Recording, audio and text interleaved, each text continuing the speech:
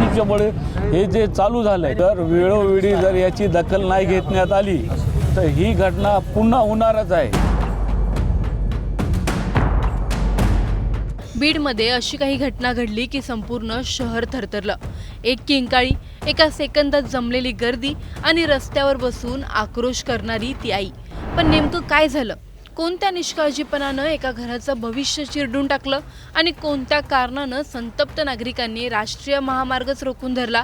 या सगळ्याच्या मध्यभागी आहे एक हादरवणारी घटना आणि एक प्रश्न, सिस्टम इतकी बेफिकीर कधी झाली?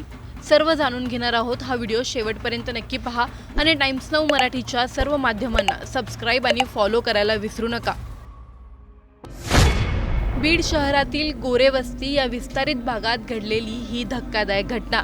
उघड्या असुरक्षित वीज ट्रान्सफॉर्मरला चिकटल्याने 15 वर्षीय शेख अवेज शेख परवेज याचा जागीच मृत्यू झाला आहे।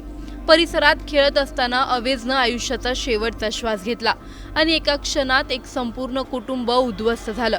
मुलाचा मृतदेह घेत रडणाऱ्या आईच्या आवाजात फक्त एकच प्रश्न होता, माझ्या मुलाचा दोष काय? तुमचे कर्मचारी जेव्हा आम्हाला रात्री म्हटले की सकाळपर्यंत गुन्हा दाखल होणार आहे, आम्ही तुमच्या कर्मचाऱ्यावर विश्वास ठेवून थांबलो। आता आमच्यावर गुन्हा दाखल करायला तुम्हाला 1 मिनिट सुद्धा वेळ नाहीये। तुम्ही काय म्हणले आम्हाला की आम्ही तुमच्यावर गुन्हा दाखल करू, आणि त्यांना 15 घंटे तुम्ही त्यांना साधी नोटीस देत नाही। पण सर्वात मोठा धक्का म्हणजे 15 तास उलटून गेले तरीही विद्युत विभागाने घटनेची दखलही घेतली नाही। गावकऱ्यांच्या म्हणण्यानुसार बीड शहरात अनेक उघडी डीपी आहेत, अनेकांची दारं तुटलेली आहेत, लॉकच नाही आहेत आणि विभाग मात्र कायम मौनात असतं। याच निष्काळजीपणाविरोधात आज नातेवाईक आणि स्थानिक संतप्त नागरिकांनी जिल्हा रुग्णालयाबाहेरील मुख्य रस्ता अडवला। धुळे सोलापूर राष्ट्रीय महामार्ग ठिय्या देत मृत मुलाच्या कुटुंबाला न्याय मिळेपर्यंत आंदोलन चालूच ठेवण्याचा इशारा देण्यात आला आहे।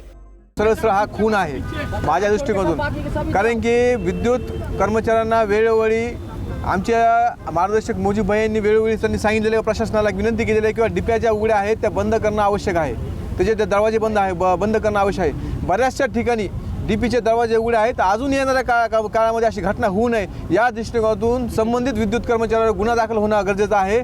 आणि येणाऱ्या काळामध्ये प्रशासनाला विनंती करतो की त्या कुटुंबाचा जे कुटुंब आहे त्या कुटुंबाला कुठे न्याय द्यावा, म्हणून आपण तात्काळ गुन्हा दाखल करण्यात येणाऱ्या काळात आम्ही मोठे आंदोलन करू।